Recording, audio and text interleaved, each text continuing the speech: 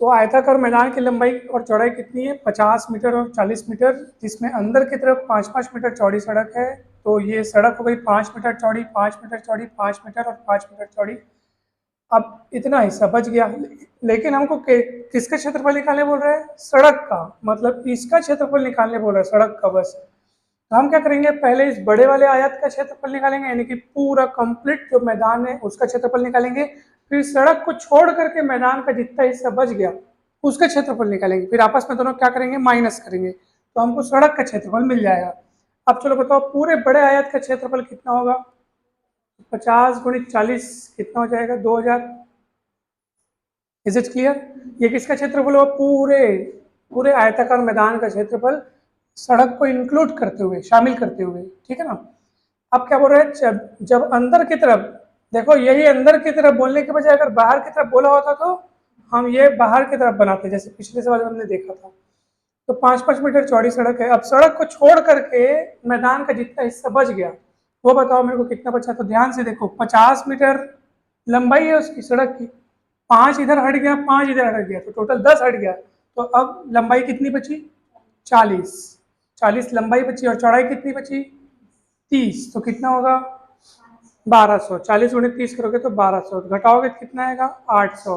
800 metre square आपका answer है।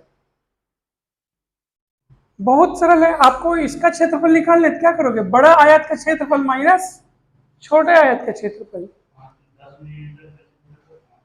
ये देखो 50 मीटर इसकी लंबाई है। अब इधर 5 मीटर चौड़ी सड़क, इधर 5 मीटर चौड़ी सड़क, दोनों 5-5 कितना हुआ? 10। तो 50 में से वो 5-5 10 कम हो गया, तो जो छोटा आयत है उसकी लंबाई 40 हो गई। अच्छा, बड़े आयत की चौड़ाई कितनी थी? 40 थी। अब इतनी 40 मीटर चौड़ाई में 5 मीटर सड़क उधर, 5 मीटर सड़क इधर, 5-5 कितना हुआ? 10। तो 40 मीटर चौड़ाई में 10 मीटर तो सड़क एक्स हो गई, है नहीं भाई? तो अब कितना बचा अंदर का एरिया? अंदर का जो बचा 30। ये 2000 कैसे आया है? पूरा बड़े आयत का क्षेत्रफल 50 गुणित 40, छोटे आयत का क्षेत्रफल 10-10 कम कर दो, क्योंकि 10-10 लंबाई चौड़ाई में कम गया। हाँ, दोनों साइड पूरा। ये 2000 माइनस 1200 बराबर 800। ऐसे थोड़ा बहुत समझ में आया? थोड़ा बहुत? ठीक है, चलो दूसरा बताओ, मिटाओ इसको। दूसरा बताइए, दूसरा कैसे बनेगा? किसी वर्ग का विकर्ण, चलो भाई किसी वर्ग की बात करें तो वर्ग बना लिए और उसका विकर्ण बना लिए। ठीक है, और वो कितना है? 4√2। ठीक है, और विकर्ण की लंबाई क्या होती है बताओ? a√2। a√2 था ना, तो वही हमको 4√2 दिया है। तो a का मान कितना निकल जाएगा? 4। √2 कटेगा तो a का मान 4 निकल जाएगा। ये पहले वर्ग के भुजा की लंबाई 4-4-4-4 मिल गई अपने। a का मान 4, a क्या है? भुजा। भुजा का मान 4-4-4-4 मिल गया। अब क्या बोल रहे हैं? दूसरे वर्ग का विकर्ण ज्ञात करना है जिसका क्षेत्रफल पहले वर्ग के क्षेत्रफल का 2 गुना है।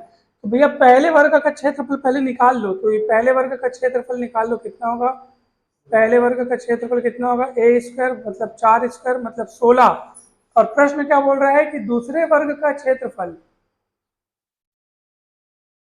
दूसरे वर्ग का क्षेत्रफल पहले वर्ग के क्षेत्रफल का कितना है? 2 गुना है। तो पहले वर्ग का क्षेत्रफल अगर 16 है तो दूसरे वर्ग का क्षेत्रफल कितना हो जाएगा? 32। Is it clear? पक्का एकदम? नहीं दीदी, तो पहले क्षेत्रफल निकाले थे ना, पहले क्षेत्रफल निकालेंगे। दूसरे वर्ग का विकर्ण ज्ञात करना है जिसका क्षेत्रफल पहले वर्ग के क्षेत्रफल का 2 गुना है।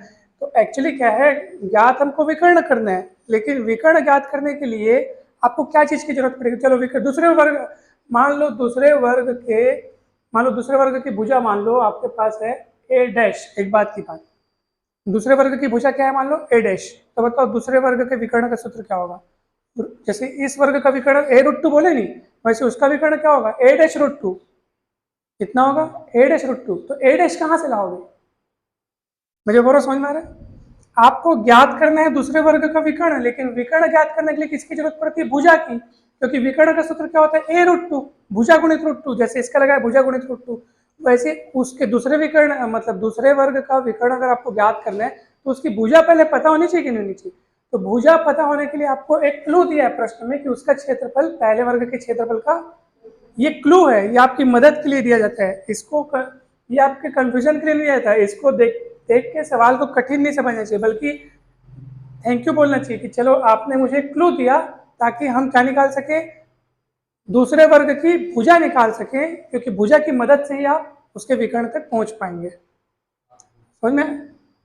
तो बताओ, दूसरे वर्ग का क्षेत्रफल हुआ 32, ठीक है। अब दूसरे वर्ग का मान लो भुजा है ए डैश, माना दूसरे वर्ग की भुजा कितनी है, मान लो ए डैश। तो बताओ दूसरे वर्ग का जो 32 है वो क्या निकाले हो आप, क्षेत्रफल निकाले हो, मतलब ए डैश का वर्ग निकाले हो आप 32, तो ए डैश का मान कितना आ जाएगा, √32। कितना मान आएगा, √32 आएगा। और दूसरे वर्ग की भुजा कितनी, सॉरी विकर्ण की लंबाई कितनी जाएगी, विकर्ण की लंबाई कितनी होगी बताओ। जैसे जैसे इस वर्ग की विकर्ण की लंबाई आप a√2 बोले, तो इस वर्ग की विकर्ण की लंबाई क्या होगी, a'√2। तो a' मतलब √32 और फिर √2, तो √64 हो गया, यानी 8 आ गया, 8 सेंटीमीटर। कहीं डाउट है तो पूछिए, जरूर पूछिए। दूसरे वर्ग का क्षेत्रफल पहले वर्ग के क्षेत्रफल का दुगुना है, तो ये क्षेत्रफल निकाले, वो क्षेत्रफल को भुजा का वर्ग के बराबर रखे। व्हाट इज ए डैश, ये ए डैश क्या है, वह दूसरे वर्ग की भुजा है, इसकी भुजा है ए डैश, ए डैश, ए डैश, ए डैश। नाम रखें, आप कुछ भी नाम रख सकते हो, आप बोल दो बी, उसकी भुजा को बी बोल सकते हो, कैपिटल कुछ भी बोल दो, जो बोलना है वो बोलो।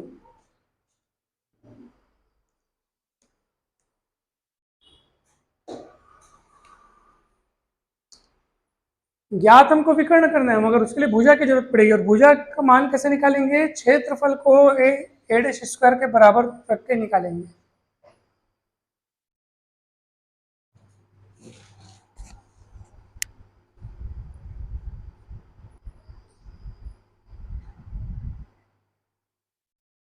समझ में आया थोड़ा बहुत?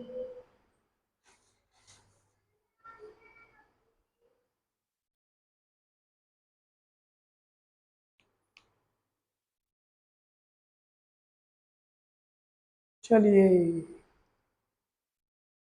अब इसको बताइए भाई,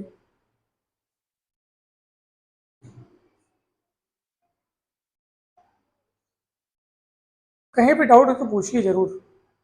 दूसरे वर्ग के क्षेत्रफल 32 को उसके भुजा के वर्ग के बराबर रखे, उसकी भुजा मिली, फिर उसका विकर्ण मिला। कितना लिंक देखो कैसे बना है, लिंक देखो, लिंक देखो कितना बढ़िया लिंक बना है।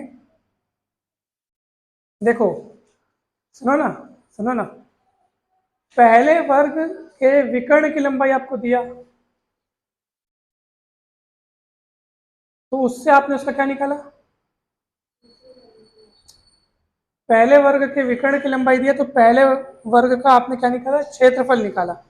दूसरे वर्ग का क्षेत्रफल पहले वर्ग के क्षेत्रफल का क्या है, दोगुना है, ठीक है ना। फिर वहां से आपने उसकी वाली भुजा निकाली, फिर उसका वाला विकर्ण निकाला, ऐसे काम हुआ है ना। देखो दूसरे वर्ग की भुजा ए डैश है, अगर मान लो, तो क्षेत्रफल के बराबर रखा आपने, पहले भुजा निकाला दूसरे वर्ग का, फिर उसका विकर्ण निकाला, क्योंकि विकर्ण निकालने के लिए किसकी जरूरत होती है, भुजा की जरूरत होती है। चलो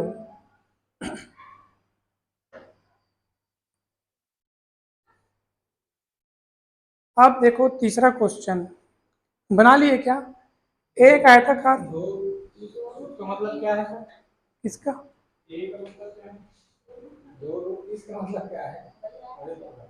2√30 मीटर। उसका मतलब क्या है? रूट 120 है क्या?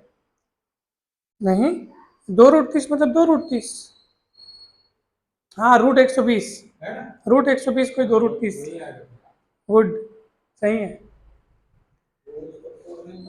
तो क्या है, 120 को आप ऐसे जोड़ लो ना, 120 मतलब क्या हुआ, 4 × 30 और 4 का वर्गमूल 2, ऐसा उत्तर सही आ गया है। लेकिन लेकिन यहाँ तक पहुँचना आना चाहिए, तो हम ऑप्शन कैसे चुन पाएंगे, हमको तो सही ऑप्शन चुनना है ना। √120 आ गया है, तो अपने को 2√30 तक पहुँचना है ना। System, very good. चलिए देखते हैं, एक आयताकार पार्क की लंबाई चौड़ाई क्रमशः इतनी इतनी है, उस वर्ग के विकर्ण की लंबाई ज्ञात करो जिसका क्षेत्रफल आयताकार पार्क के क्षेत्रफल के समान है। अब ध्यान से सुनो, प्रश्न की बनावट को समझो। पूछ क्या रहा है? वर्ग के विकर्ण की लंबाई। तो अब कंफ्यूज नहीं होना सर, विकर्ण कैसे ज्ञात करेंगे? ए विकर्ण का सूत्र क्या होता है बताओ? a√2। तो भैया विकर्ण तक पहुंचने के लिए पहले आपको भुजा निकालनी पड़ेगी ना। ए बोल तो दिए विकर्ण का सूत्र a√2 होता है, a√2 में a का मान रखोगे तब तो। और a क्या है? उस वर्ग की भुजा। लेकिन a तक पहुंचने के लिए आपको क्लू दिया है कि उस वर्ग का क्षेत्रफल उस आयताकार पार्क के क्षेत्रफल के बराबर है, समान है। तो देखो आप लिखोगे यहाँ पे आयताकार पार्क का क्षेत्रफल, बोल रहा है प्रश्न में, खुद बोल रहा है कि वर्ग के क्षेत्रफल के समान है। ठीक है भाई, आयताकार पार्क का क्षेत्रफल वर्ग के क्षेत्रफल के समान है। आयताकार पार्क का क्षेत्रफल अगर लंबाई गुणित चौड़ाई यानी कितना होगा? 12 गुणित 5। ठीक है, और वर्ग का क्षेत्रफल का सूत्र बताइए, भुजा का वर्ग यानी a²। तो a का मान निकलेगा √60, 12 पंचे 60 होगा, फिर रूट हो जाएगा। ये a निकल गया ना। अब बस ये क्या है? ये क्या है? a क्या है? उस वर्ग की भुजा की लंबाई। तो वर्ग के विकर्ण की लंबाई क्या होगी? वर्ग के विकर्ण की लंबाई क्या होगी? a√2। a का मान रख दो √60।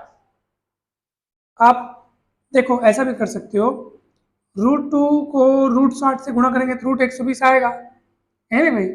और चाहे तो √60 को आप तोड़ सकते हो 4 गुणित 15 में।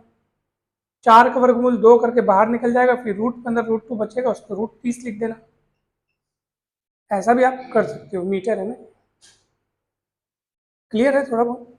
ऐसा भी आप कर सकते हो, या फिर अगर आप सीधे गुणा कर दिए हो तो आप ऐसा भी कर सकते हो। 4 का वर्गमूल 2 बाहर निकल जाएगा।